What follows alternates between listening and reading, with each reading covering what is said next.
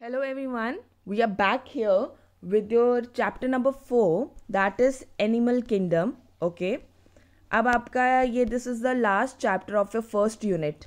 Okay, Diversity of Living Organisms जो था उसका ये last chapter है जो हम discuss करने वाले हैं. Okay, चलिए पहले I talk something about animal kingdom. आपको एक नॉलेज दे दूं कि क्या हम पढ़ने वाले हैं क्या नहीं, so that then we can discuss the questions related to it. ठीक है, अब एनिमल किंगडम की बात करते हैं तो ये सबसे लार्जेस्ट किंगडम है अमंग द 5 जो हमने पढ़ा. ठीक है, प्रोटोजोन्स वगैरह जो हम पढ़ रहे थे, ठीक है, फंजाई वगैरह पढ़ा, एनिमल प्लांट किंगडम वगैरह, उनमें सबसे जो होती है विटेकर ने जो दी थी उसमें से सबसे बड़ी एनिमल किंगडम होती है. सिंपल बात करें तो ये मल्टी सेलुलर होते हैं. यूकैरियोट्स है मतलब इनका अपना न्यूक्लियस होता है. इनमें ये कुछ क्लोरोफिल, सेल वॉल्स एब्सेंट होती हैं. ठीक है, और इनमें कौन सा मोड होता है? हेटेरोट्रॉफिक मोड ऑफ न्यूट्रिशन है. क्या है? सिमिलर ही होता है, हेटेरोट्रॉफिक मोड ऑफ न्यूट्रिशन होता है, मतलब ये एक तरह का ये दूसरे पे ही डिपेंड रहते हैं अपने खाने के लिए. फाइन, सिंपल एज दैट, कोई प्रॉब्लम नहीं है. I hope so. चले आगे. Now I show you diagram related to animal kingdom. The animal की सेल वॉल पढ़ लेते हैं एंड देन उनकी क्लासिफिकेशन पढ़ेंगे फर्दर. ठीक है, लेट्स मूव. जब हम बेसिकली एनिमल सेल स्ट्रक्चर की बात करते हैं तो हमने पहले भी डिस्कस किया है ये इसके बारे में, राइट? तो इसमें क्या होता है आपको पता ही है. इसमें क्या होगा? न्यूक्लियस प्रेजेंट है, ये डिफरेंट टाइप्स के ये सारे के हैं, सेल ऑर्गेनल्स प्रेजेंट हैं. ठीक है, आपको दिख रहा होगा माइटोकॉन्ड्रिया है, smooth endoplasmic, ribosome, Golgi complex, microtubules, lysosomes, vacuoles, centrioles, ये सब क्या है? ये सेल ऑर्गेनल्स प्रेजेंट होते हैं. इसमें क्लोरोफिल जैसी चीज़ नहीं होती है. यूकैरियोट है मतलब इसमें न्यूक्लियस है, it is already showing. Fine, so this is your cell structure. आपको कुछ स्ट्रक्चर्स पता होने चाहिए. One of them is the animal cell structure. Fine, चलें आगे. देन अब आ गया हमारी क्लासिफिकेशन. अब जो हमारा एनिमल किंगडम की क्लासिफिकेशन है ना, वो कुछ बेसिस पे की गई है. Let's start with it. Okay, पहली है on the basis of level of organisation. तो on the basis of level of organisation उसको डिवाइड किया गया है सेलुलर और टिश्यू लेवल पे. ठीक है, उसके एग्जाम्पल दिए हुए हैं पॉरीफेरा. ओके, अब फर्दर सिमिट्री देखी गई है. On the basis of symmetry पहला है लेवल ऑफ ऑर्गेनाइजेशन.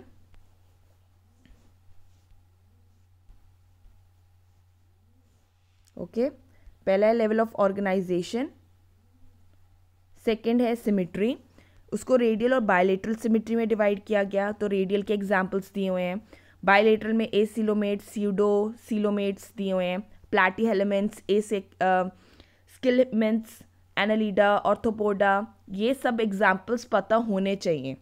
फाइन, बाद में अगर स्क्रीनशॉट लेना होगा यू कैन टेक इट. ठीक है, और पॉरीफेरा जैसे कुछ कुछ चीज़ें हैं तो उनके फीचर्स भी पता होने चाहिए. जैसे पॉरीफेरा के फीचर्स पता होने चाहिए, प्लैटीहेलमेंट्स, स्की हेलेमेंट्स, एनालिडा, ऑर्थोपोडा, इनके भी फीचर्स के बारे में आपको पता होना चाहिए.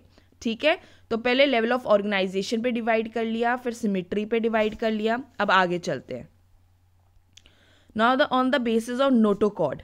अब नोटोकॉर्ड प्रेजेंट है या नहीं, प्रोटो कॉर्डेटा या वर्टिब्रेटा. ठीक है, इसमें जो नोटोकॉर्ड होता है वो प्रेजेंट होता है इन द लावल फॉर्म ओनली. ठीक है, ये डेवलप करते हैं जो वर्टिब्रल कॉलम्स बनते हैं. ठीक है, फिर उनके भी एग्जाम्पल दिए हैं, यूरोकॉर्डेटा एंड सिफेलोकॉर्डेटा. ठीक है, वर्टिब्रेटा की फर्दर डिवीजन की गई है. ठीक है, वो है एग्नेथा एंड नेथोस्टोमाटा, जिसमें जॉ होगा और जिसमें जॉ नहीं होगा. ठीक है, फिर उसकी सुपर क्लास है पाइसेस दी है. ओके, बेयर लिम्स हो गया, बेयर फिन्स हो गए. तो ये एग्जाम्पल्स हैं. Fine, you can take a screenshot as well अगर आप लेना चाहते हैं. ठीक है, पहले फर्स्टली लेवल ऑफ ऑर्गेनाइजेशन की बेसिस पे, सिमिट्री के बेसिस पे, बेसिस ऑफ नोटोकॉर्ड पे किया गया है. ठीक है, फाइन, फिर on the basis of locomotory organs के बेसिस पे किया गया है, ठीक है। पाइसेस और टेट्रोपॉड्स क्लास क्या है, ठीक है। Then class amphibians, reptiles, aves, mammals, ठीक है। And on the basis of that is coelom also, ठीक है, उस पर भी डिवाइड किया गया है। समझ गए? तो ये डिवीजन है तुम्हारी।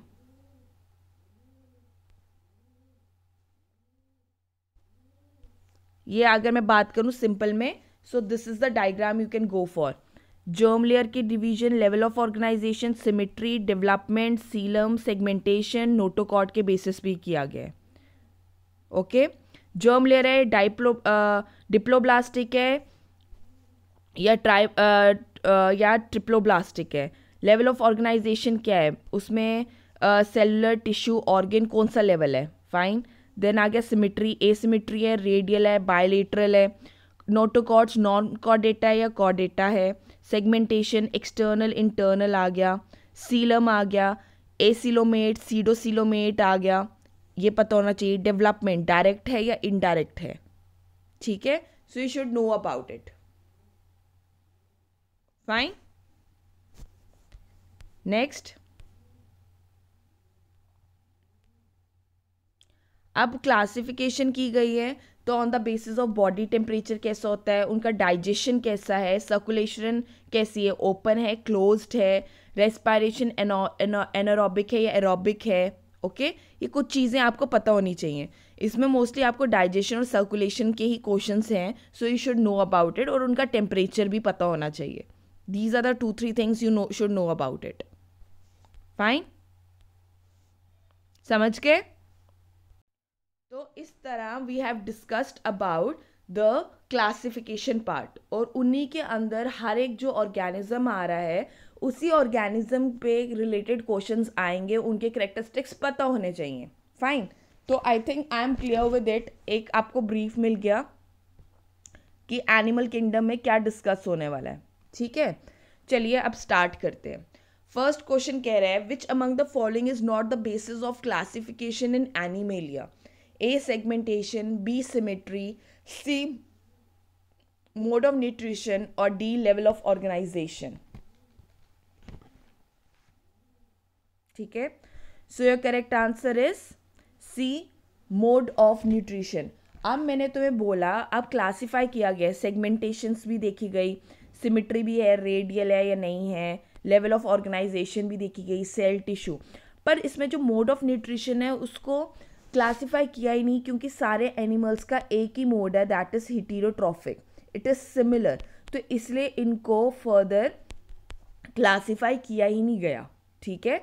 सो C is your correct answer, fine. चले next question. Which among the following is incorrect about the levels of organisations in animals? अब मैं हर एक जो क्लासिफिकेशन थी अब उस पे क्वेश्चंस आएंगे। पहला क्वेश्चन पता चल गया किस पे कितनी डिफ्रेंशिएशन की हुई है, ठीक है, क्लासिफिकेशन क्या है। अब हर एक चीज़ के बारे में पढ़ेंगे। पहला था लेवल ऑफ ऑर्गेनाइजेशन, जिसमें आपके टिश्यू सेल्स आते हैं, फाइन। अब देखते हैं कि क्या बोल रहा है। इनकरेक्ट क्या है इनमें से? Cell are organised in different ways to form the basic body in animals. Cellular level जो होता है ऑफ ऑर्गेनाइजेशन वो रेफर करता है cluster of cells that combine to form an animal body. Tissue level of organization refers to the way tissue combines to form organs, which in turn form animal body. In organ system level of organization, various organs of the system works to coordinate to have achieve a specific function.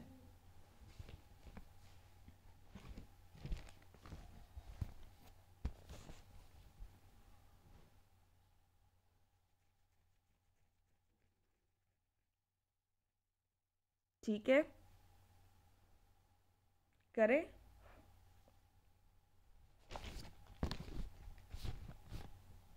So your correct answer is C. अब क्यों है पहले देखते हैं, बाकी statements क्यों correct हैं उसके अकॉर्डिंग चलेंगे, ठीक है। Now cells are organised in different ways में उनको ऑर्गेनाइज किया जाता है क्योंकि एक बेसिक बॉडी एनिमल की फॉर्म हो जाए। हाँ, सेल्स को अरेंज किया जाता है इस तरह। सेलुलर लेवल क्या होता है? अब मैंने तुम्हें कहा लेवल ऑफ ऑर्गेनाइजेशन क्या होती है। इनमें 4 तरह की होती हैं। एक होती है सेलुलर लेवल, एक होती है टिश्यू लेवल, एक होता है ऑर्गन लेवल और एक होता है ऑर्गन सिस्टम। फाइन, ये 4 क्लासिफिकेशंस हैं जो लेवल ऑफ ऑर्गेनाइजेशन के अंडर कवर होती हैं। ठीक है, अब जो सेलुलर लेवल ऑफ ऑर्गेनाइजेशन में क्या होता है, बेसिकली जो सेल क्या होता है उसमें क्या होता है, सेल ऑर्गेनल्स होते हैं, है ना। जो सेल होता है, जो सेलुलर लेवल होता है, इसमें क्या होता है, सेल ऑर्गेनल्स होते हैं जो बेसिकली डिफरेंट फंक्शन परफॉर्म करते हैं। ठीक है, ये बेसिकली जो सेलुलर लेवल होता है ये क्या होता है, क्लस्टर ऑफ सेल्स ही होते हैं। ठीक है, जो परफॉर्म करते हैं डिफरेंट फंक्शंस। ठीक है, और इनमें क्या होता है, ये सेल ऑर्गेनल्स प्रेजेंट होते हैं। फाइन, नेक्स्ट आ गया टिश्यू लेवल ऑफ ऑर्गेनाइजेशन। ना जो टिश्यू लेवल ऑफ ऑर्गेनाइजेशन होता है और इसका एग्जाम्पल क्या है ये भी पता होना चाहिए। सेलुलर लेवल हो गया, इसमें जो अरेंजमेंट होती है सेल्स की वो क्या होती है, लूज होती है। क्या होती है, लूज होती है। और इसका एग्जाम्पल है स्पॉन्जेस। क्या होता है, स्पॉन्जेस, मतलब स्पॉन्जेस में सेलुलर लेवल होता है। अब आ गया टिश्यू लेवल। इसमें क्या होता है, सारे जो सेल्स होते हैं ना वो परफॉर्म करते हैं सेम फंक्शन। ठीक है, फाइन, और ये together cluster of cells form करते हैं टिश्यूज। ठीक है, पर यहाँ पे इन्होंने क्या बोला कि tissue of level of organisation में टिश्यूज कंबाइन करते हैं कि वो ऑर्गन फॉर्म कर सके, नहीं, इसमें सेल्स कंबाइन करते हैं, ज्वाइन करते हैं कि वो टिश्यू फॉर्म कर सके। ये स्टेटमेंट गलत है, तो ये गलत हो गया। लास्ट ये है कि ऑर्गन सिस्टम। अब इसका एग्जाम्पल क्या है, टिश्यू लेवल में, टिश्यू लेवल में आ गए हाइड्रा, ठीक है, जेलीफिश आ गई। फाइन, ये पता होना चाहिए। ठीक है, अब बात आ गई ऑर्गन लेवल की। जब बहुत सारे टिश्यूज ज्वाइन करते हैं, ऑर्गन लेवल क्या हुआ, जब बहुत सारे, just a second, organ level क्या हुआ, जब बहुत सारे टिश्यूज कंबाइन करते हैं कि वो एक ऑर्गन फॉर्म कर सकें, कि वो एक स्पेसिफिक फंक्शन कर सकें। ठीक है, वो अचीव कर सके स्पेसिफिक फंक्शन को, उसको कहा जाता है ऑर्गन लेवल। ठीक है, अब इसका एग्जांपल क्या हो गया, रेस्पिरेटरी सिस्टम, सर्कुलेटरी सिस्टम, ये सारे आगे तुम्हारे ऑर्गन सिस्टम में। सेल लेवल पे क्या था, स्पॉन्जेस थे। टिश्यू लेवल पे हाइड्रा और फिशेस आ गई, और ऑर्गन सिस्टम में तुम्हारा आ गया in the human that is circulatory आ गया, रेस्पिरेटरी सिस्टम्स आ गए। फाइन, चले, समझ आ गया। सो दैट इज वाई जो टिश्यूज हैं वो कंबाइन ही करते हैं कि वो ऑर्गन फॉर्म कर सके। टिश्यू लेवल पे सेल्स कंबाइन करते हैं कि वो एक टिश्यू फॉर्म कर सकें। ठीक है, चलें आगे। Which among the following is incorrect about the cellular level of organisation. अब आ गया सेलुलर लेवल ऑफ ऑर्गेनाइजेशन में कौन सी स्टेटमेंट गलत है। A group of cells combine to form the whole body. Each cell carries over a specific function. The level of organization is also called as cell aggregates of body plan. Hydra exhibits this level of organization. अब आपको यहीं से एक cellular level of organisation के बारे में पता चल जाएगा। हमने क्या कहा था, सेलुलर लेवल पे क्या हो रहा है कि एक क्लस्टर है सेल्स का, है ना, जिसमें क्या है, जो क्लस्टर है सेल्स के उसमें क्या है, सेल ऑर्गेनल्स हैं। ठीक है, जो एक फंक्शन मतलब एक स्पेसिफिक फंक्शन कैरी कर रहे हैं या स्पेसिफिक फंक्शन अचीव कर रहे हैं। ठीक है, तो पहली चीज़ तो ठीक है कि ग्रुप ऑफ सेल्स हैं वो कंबाइन करते हैं कि वो होल बॉडी फॉर्म कर सके, दिस इज ट्रू। ठीक है, ये तो ट्रू है। Each cell carries over a specific function, हर एक सेल का अपना एक स्पेसिफिक फंक्शन होता है, this is also correct. Level of organisation को aggregate, cell aggregate of body plan भी कहा जाता है, this is also true. Fine, now last है hydra exhibits this level of organisation. मैंने अभी बताया कि सेलुलर लेवल का जो एग्जाम्पल है that is not hydra. Hydra जो है वो टिश्यू लेवल ऑफ ऑर्गेनाइजेशन का, टिश्यू लेवल का एग्जाम्पल है. Sponges is a example of cellular level of organisation. Sponges में सेलुलर लेवल देखा जाता है. So D is your incorrect answer. ठीक है, चले next. Which among the following is incorrect about tissue level of organisation के बारे में 4 दिए. नाउ सेल्स परफॉर्मिंग देखते हैं कि इसमें क्या गलत है. Cells performing same function group together to form a tissue. हाँ, यही होता है कि सेल्स एक सेम फंक्शन करते हैं, परफॉर्म करते हैं और एक ग्रुप करते हैं कि वो टिश्यू फॉर्म कर सके. This is correct. Organs absent होते हैं, टिश्यूज में ऑर्गन नहीं होते हैं. ओके, सो ये भी करेक्ट है. Cells are specialise with division of labour. हाँ, this is also correct. Planaria exhibits this level of organisation. This is wrong. इसका एग्जाम्पल मैंने अभी बताया, हाइड्रा है. हाइड्रा एंड जेलीफिश है जिसमें tissue level of organisation take place करती है. Okay, so C is incorrect. So C is your correct answer. समझ के नेक्स्ट क्वेश्चन चलते हैं. Which among the following is incorrect about organ system level of organisation. चलो देखते हैं इनमें से क्या गलत है. पहला, organ groups to form organ system. Obviously यही है. So this is true. ठीक है, next. Each and every organ system are specialise to form specific physiological activity करता है. हाँ, हर एक ऑर्गन का अपना अपना काम होता है. This is true. Okay, next. Annelids exhibit this level of organisation. हाँ जी, जो एनालिट्स होते हैं उनमें यही level of organisation take place करती है. अगर आप एग्जाम्पल्स पढ़ेंगे so will get it. True. All of these animals have a cavity between their digestive tract and body wall called as coelom. कह रहे हैं इन सब एनिमल्स का क्या होता है, एक कैविटी होती है डाइजेस्टिव ट्रैक्ट और बॉडी वॉल में. ठीक है, जिसको क्या कहा जाता है, सीलम कहा जाता है. ठीक है, तो उन्होंने कहा कि कैविटी होती है. चलो ये 3 तो मान लिए, ये है एग्जाम्पल. ठीक है, पर इन्होंने बोला कि ये एक कैविटी बनती है बिटवीन द डाइजेस्टिव ट्रैक्ट और बॉडी, जिसको सीलम भी कहा जाता है. पर ये जो एनिमल्स होते हैं ये आधे सीलोमेट्स भी होते हैं जिसमें सीलम होता है. ठीक है, जिसमें सीलम होता है. फिर एक एसीलोमेट्स भी होते हैं जिसमें नहीं होता, और इस पर सीडोसीलोमेट्स भी होते हैं. तो आप ये नहीं कह सकते कि इन ऑर्गेनिज्म में सिर्फ सीलम बनता है. नहीं, यहाँ पे 3 टाइप्स के होते हैं, सीलम, एसीलोमेट, सीडोसीलोमेट, जो फॉल्स अपीयरेंस देते हैं. ठीक है, सो 3 टाइप के होते हैं. वी कैन नॉट से which one it is. So this is wrong. Fine, चले आगे.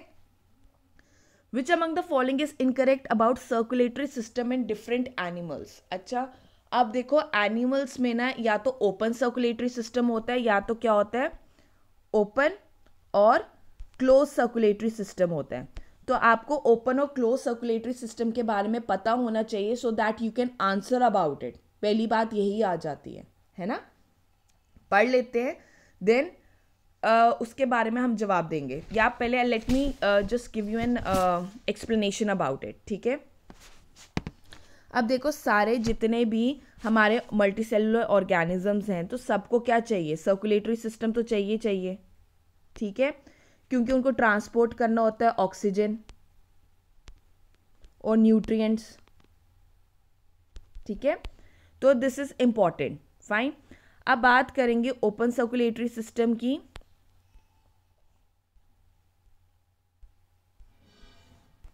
ओपन सर्कुलेटरी सिस्टम, अब ओपन सर्कुलेटरी सिस्टम क्या होता है, ये प्राइमरी फाउंड होता है इनवर्टिब्रेट्स में. ठीक है, यहाँ पे क्या होगा, जो ब्लड है ना वो क्या करेगा, फ्लो करता है फ्रीली थ्रू द कैविटीज़. ठीक है, कैविटीज़ के थ्रू फ्रीली फ्लो करता है क्योंकि इसमें कोई वेसल्स नहीं होती हैं. ठीक है, अब इसमें पाइप्स ही नहीं है तो ये freely with in the cavities flow करेगा.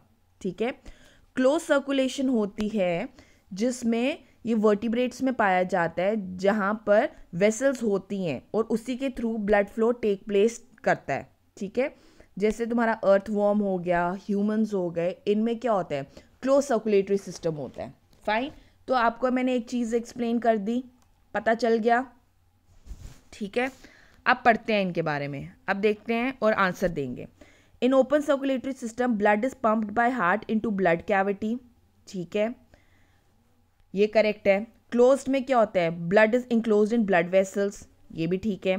नाउ नेक्स्ट क्या है, interstitial fluid is separated from blood in the case of close circulatory system. हाँ, इसमें इंटरस्टिशियल फ्लूइड को अलग किया जाता है ब्लड से, ठीक है, वेसल्स की वजह से। Now close circulatory system is exhibited by arthropods, no, ठीक है, दिस इज रॉन्ग। तो एग्जाम्पल क्या है क्लोज सर्कुलेटरी सिस्टम का, क्लोज सर्कुलेटरी सिस्टम जो होता है वो एग्जिबिट किया जाता है बाय कॉर्डेट्स। कॉर्डेट्स किनके हो गए, जिनके पास वर्टिब्रा होगा, ठीक है ना। तो ये जो आर्थ्रोपॉड्स हैं और मोलस्का एग्जाम्पल है, ये एग्जाम्पल है तुम्हारा ओपन सर्कुलेटरी सिस्टम का। इनमें जो होता है, इनमें कोई वेसल्स नहीं होती हैं, जो आर्थ्रोपॉड्स और मोलस्का है। कॉर्डेट्स जो होते हैं उनमें क्लोज सर्कुलेटरी सिस्टम होता है, क्योंकि उसमें क्या होता है, वेसल्स होती हैं। So C, so what is your correct answer, D, close circulatory system नहीं है, ये ओपन सर्कुलेटरी सिस्टम है। ओके, फाइन, चले next. Sponges are asymmetrical, radially symmetrical, bilaterally symmetrical, bimedially symmetrical. Sponges क्या हैं? अब ये on the basis of symmetry बात हो रही है, ठीक है। जो तुम्हारे स्पॉन्जेस हैं, that is a is your correct answer, asymmetrical होते हैं, ठीक है। अब तुम्हें पता होना चाहिए कि जो तुम्हारी सिमेट्री है ना, वो कितने टाइप की होती है, 3 टाइप की बार करेंगे, ठीक है। एक होती है बाइलेटरल, एक होती है रेडियल, एक होती है एसिमेट्रिकल। अब एसिमेट्रिकल हो गया जिसकी कोई सिमेट्री नहीं है, ठीक है, उसका एग्जाम्पल है स्पॉन्जेस। फाइन, ये पता होना चाहिए। अब रेडियल क्या हो गया, जब हम बॉडी को डिवाइड करते हैं, ठीक है, तो 2 हाफ्स में डिवाइड होनी चाहिए, मतलब वो सेंटर से उसको काटा जाता है, ठीक है। ये बॉडी है तुम्हारी, ठीक है। जब उस 2 बॉडी को 2 हाफ्स में डिवाइड करते हैं, ठीक है, जो सेंटर से जाती है, ठीक है, इस तरह ऊपर का हिस्सा अलग और नीचे का अलग, ठीक है, तो ये हो गया रेडियल हो गया, ठीक है। बायलेटरल सिमेट्री, इसमें एग्जांपल्स तुम्हारे आ जाएंगे रेडियल में, दैट इज टीनोफोर्स, ठीक है, सिलेंट्रेट्स आ गए, ये एग्जाम्पल है। अब आगे तुम्हारी बायलेटरल सिमेट्री, ठीक है। अब जब बायलेटरल हो गया, सिमेट्री हो गया, जब 2 हाफ्स में डिवाइड किया जाता है, मतलब लेफ्ट और राइट में, ठीक है, वो तुम्हारी आ गई बायलेटरल सिमेट्री। फाइन, तो ये 3 तरह की सिमेट्रीज होती हैं, ये आपको पता होना चाहिए, ठीक है। तो स्पॉन्जेस में कौन सी होती है, एसिमेट्रिकल होती है। So A is your correct answer. चले next. Which among the following is incorrect about the arrangement of cells in embryo, ठीक है। अब एम्ब्रोयो की बात हो रही है। सबसे पहली बात आपको पता होना चाहिए कि एम्ब्रोयो में भी 2 तरह की होती है, एक होती है डिप्लोब्लास्टिक, एक होती है ट्रिप्लोब्लास्टिक, ठीक है। 2 तरह की ऑर्गेनाइजेशंस होती हैं, ठीक है, you should know about that.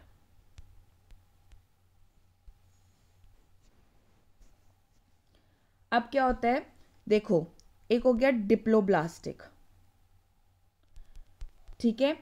अगर ऑर्गेनिजम्स में 2 जर्म लेयर्स हैं, मतलब 2 ही जर्म लेयर्स हैं, दैट इज एक्टोडर्म और एंडोडर्म, ठीक है, तो वो डिप्लोप्लास्टिक होती हैं, ठीक है।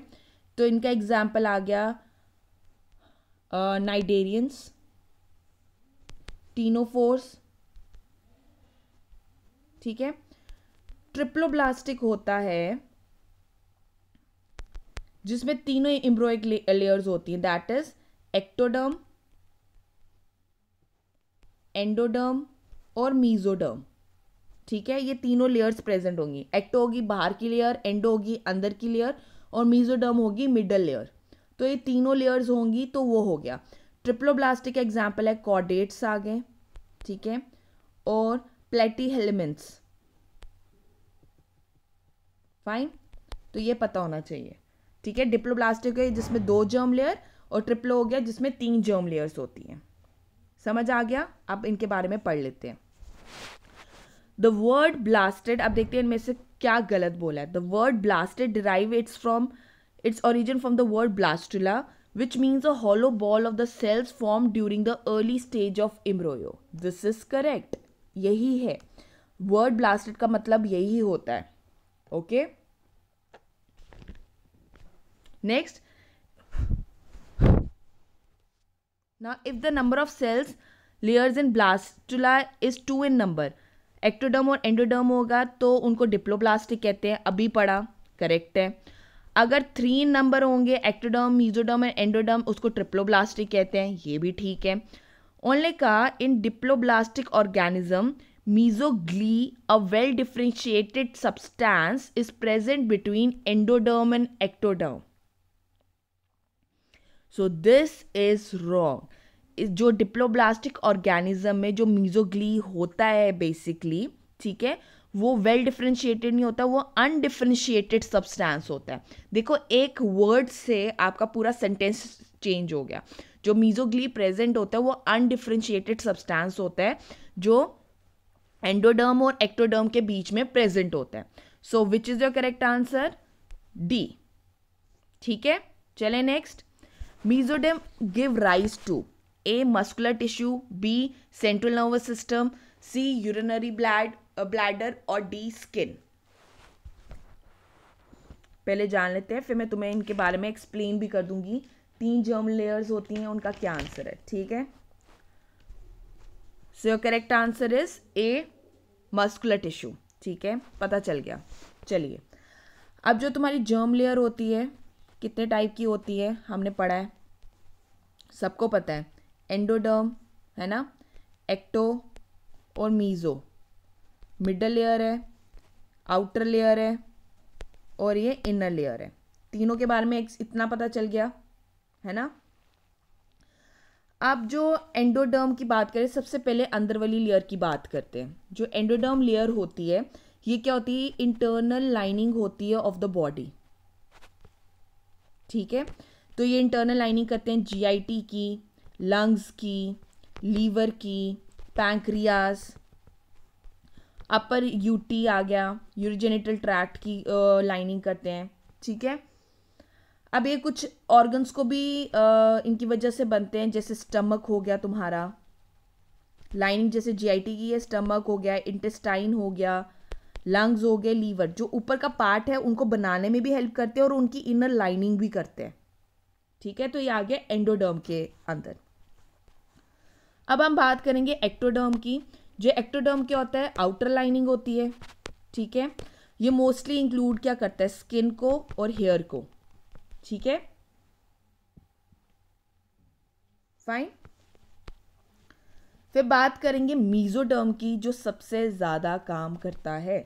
मीजोडर्म जो है तुम्हारी मिडल लेयर है, जो मोस्टली सब बनाता है, ठीक है। Your heart, your muscle organs,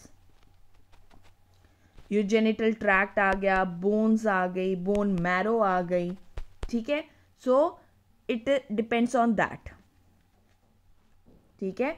तो जब मीजोडर्म की बात की गई है, स्किन तो हमारा क्या बनाता है? एक्टोडर्म बना देता है, ठीक है। सेंट्रल नर्वस सिस्टम जो है ये भी एक्टोडर्म ही बनाता है, ठीक है। यूरिनरी ब्लैडर भी हमने बात की, किसने बनाया है? About that endoderm. तो मस्कुलर टिश्यूज हैं जो मीजोडर्म बनाते हैं। सो A is your correct answer.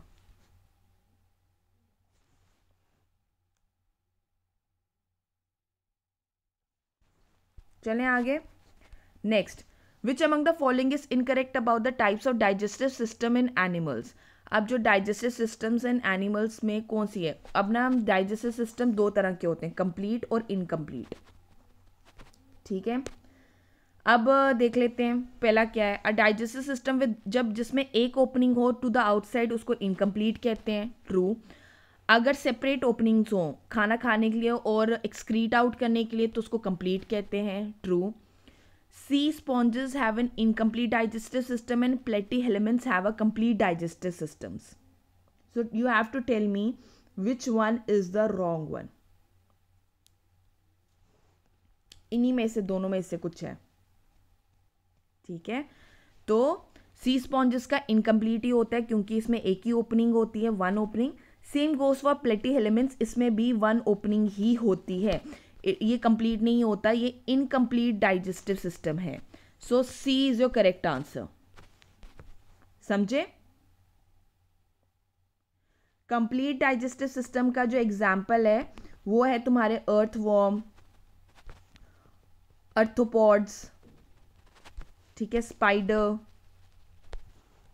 Fine, चले next. Which among the following is incorrect about the classification on the basis of coelom. ठीक है, अब बेसिस ऑफ सीलम पे डिवाइड किया गया है। पहले ही बता दूं, जो सीलम है वो 3 तरह का होता है, ठीक है। पहला होता है एसिलोमेट, सीडोसिलोमेट और नेक्स्ट होता है सीलोमेट। ये 3 तरह के डिवीजन की गई है। अब सीलम होता क्या है? ये सीलम होता है एक कैविटी होती है जो बॉडी वॉल और गट के बीच में प्रेजेंट होती है, ठीक है। एक कैविटी होती है जो बॉडी वॉल और गट के बीच में प्रेजेंट होती है, उसको सीलम कहा जाता है, ठीक है। फाइन, अब देखो, अब सारा खेल यही है। अब देखो, जो सीलोमेट्स होते हैं ना, इसकी जो पूरी बॉडी है ना वो मीजोडर्म से लाइंड होती है। किससे लाइंड होती है? मीजोडर्म से, ठीक है। जो सीडो होते हैं इसमें मीजोडर्म से लाइंड नहीं होती है, not lined by the mesoderm, ठीक है। और इसमें क्या होते हैं? इसमें स्कैटर्ड होते हैं, ठीक है। इसमें क्या होगा? स्कैटर्ड मीजोडर्म होगा। जबकि एसिलोमेट हो गया कि इसमें तो मीजोडर्म है ही नहीं है, ठीक है। इसमें कोई कैविटी ही नहीं होती, मतलब इसमें सीलोमेट है ही नहीं है, तो लाइनिंग क्या होगी, ठीक है। सीडो होता है कि इसमें स्कैटर्ड मीजोडर्म्स होते हैं। अब पढ़ लेते हैं इसके बारे में। Coelom is the cavity between the body wall and the gut wall, अभी पढ़ा, yes it is correct. Animals are divided into coelomate, acoelo and pseudo, true. Coelom is the fluid filled spaces other than lymph vessels and blood vessels, true. In coelomates, cavities between the gut wall and mesoderm is absent. False. ठीक है,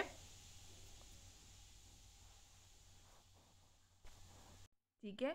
अभी हमने पढ़ा जो coelomates में जो mesoderm है वो प्रेजेंट होता है, ना कि एब्सेंट होता है। सीडो में भी प्रेजेंट होता है पर वो स्कैटर्ड होता है मीजोडर्म, और एसिलोमीड्स में तो एब्सेंट होता है, जबकि सीलोनी एसिलोमीड्स में मीजोडर्म जो होता है वो एब्सेंट होता है। So D is your correct answer, ठीक है। चले next.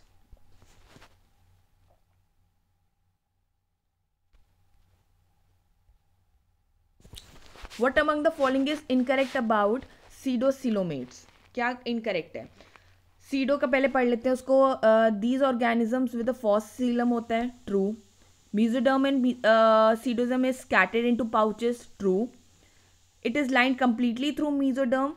Nematodes are the examples of pseudocoelomates, ठीक है। कंप्लीटली लाइंड नहीं होता, वो पार्शली लाइंड होता है। अभी हमने बात की ना कि वो स्कैटर्ड फॉर्म में होता है ना, स्कैटर्ड होता है, तो ये पार्शली लाइंड होता है। जो मीजोडर्म है ये कंप्लीटली लाइन नहीं होता, so this one is the wrong one. Nematodes are example of pseudocoelomates. This is true, ठीक है। So your correct answer is C. चलें आगे।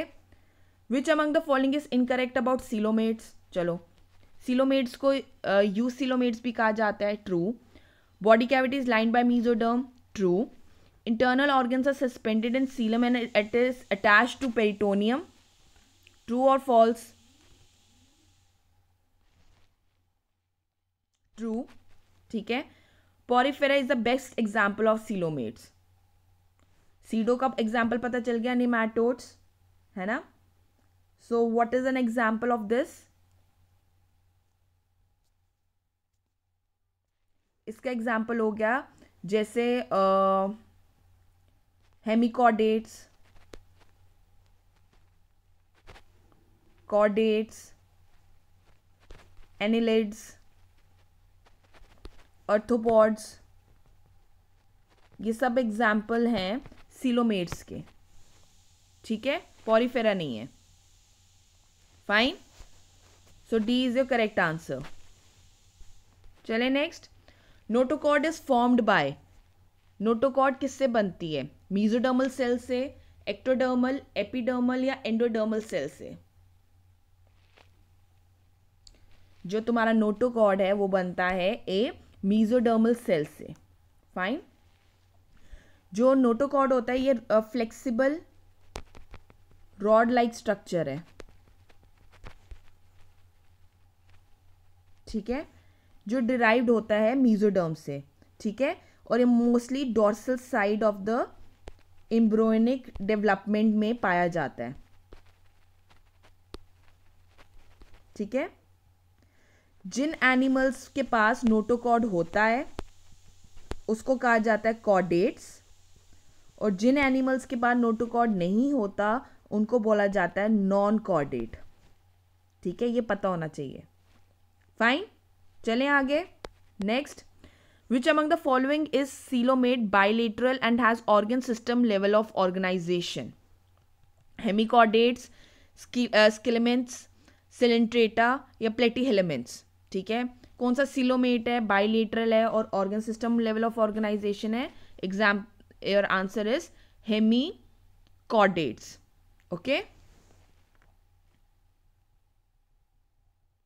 नेक्स्ट चले।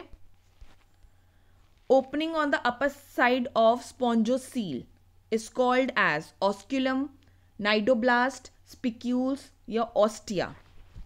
अब ये जो स्पॉन्जोसील है ये तो पहले पता होना चाहिए किसका एग्जाम्पल है। ये दिया है इनोपोरीफेरा फाइलम के बारे में हम पढ़ रहे हैं, ठीक है, ये पता होना चाहिए। Fine, I think your time is almost over. Will continue from here. Please Porifera phylum के बारे में पढ़ के आना, ठीक है। एक कल आपका होमवर्क है कि आपको फाइलम पॉरीफेरा के बारे में पढ़ के आना है। देन डिफरेंट फाइलम्स होंगे about the phylum vertebrata, this is an important, ठीक है। कॉर्डेटा के बारे में पढ़ के आना है, ठीक है। ये चीज़ें हैं विच आर इम्पॉर्टेंट, ठीक है। आप इन फाइलम्स के बारे में थोड़ा सा पढ़ के आएंगे। फाइन, पॉरीफेरा, वर्टिब्रेटा, कॉर्डेटा के बारे में, और कल हम इनके बारे में डिस्कशंस करेंगे। डिफरेंट टाइप्स ऑफ वो भी होते हैं, फाइलम भी होते हैं। ये जो आप एग्जाम्पल्स पढ़ रहे थे, आर्थ्रोपॉड्स आ गए या प्लैटीहेलमेंट्स आ गए, इन सब के बारे में आपको पता होना चाहिए, इनके करेक्टरिस्टिक्स क्या हैं। कुछ कुछ इंपॉर्टेंट हैं जिनके बारे में हम डिस्कशन कल करेंगे। Fine, so we come to an end with this. Wishing you all the best for this, and please इसको अच्छे से प्रिपेयर करना, कल हम इसका फर्दर कंटिन्यूएशन करेंगे। Okay, all the best and have a nice day. Take care. Bye bye.